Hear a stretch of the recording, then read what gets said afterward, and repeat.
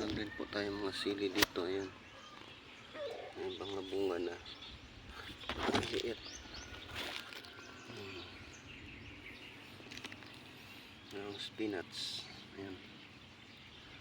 Spinach ito. Meron din pong upo. Hindi pa namumunga.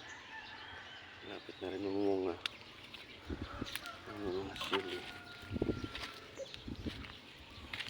Ayan. Dahon ng sili. Sarap sa tinola. Ito po ang sili ko. May 3 bunga. 4 pala. 3 hinog na.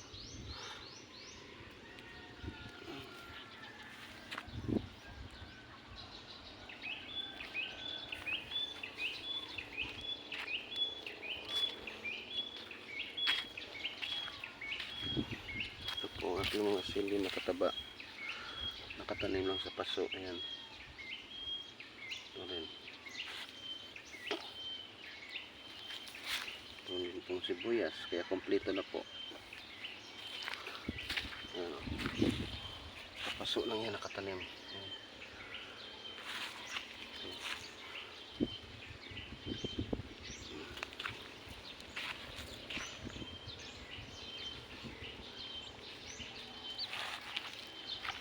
Marami akong tanim na sili na nakatanim sa paso o sa galon na aking pinutol. Ayan, matataba sila dahil nilagyan ko po ito ng compost, yung dumi ng kalabaw.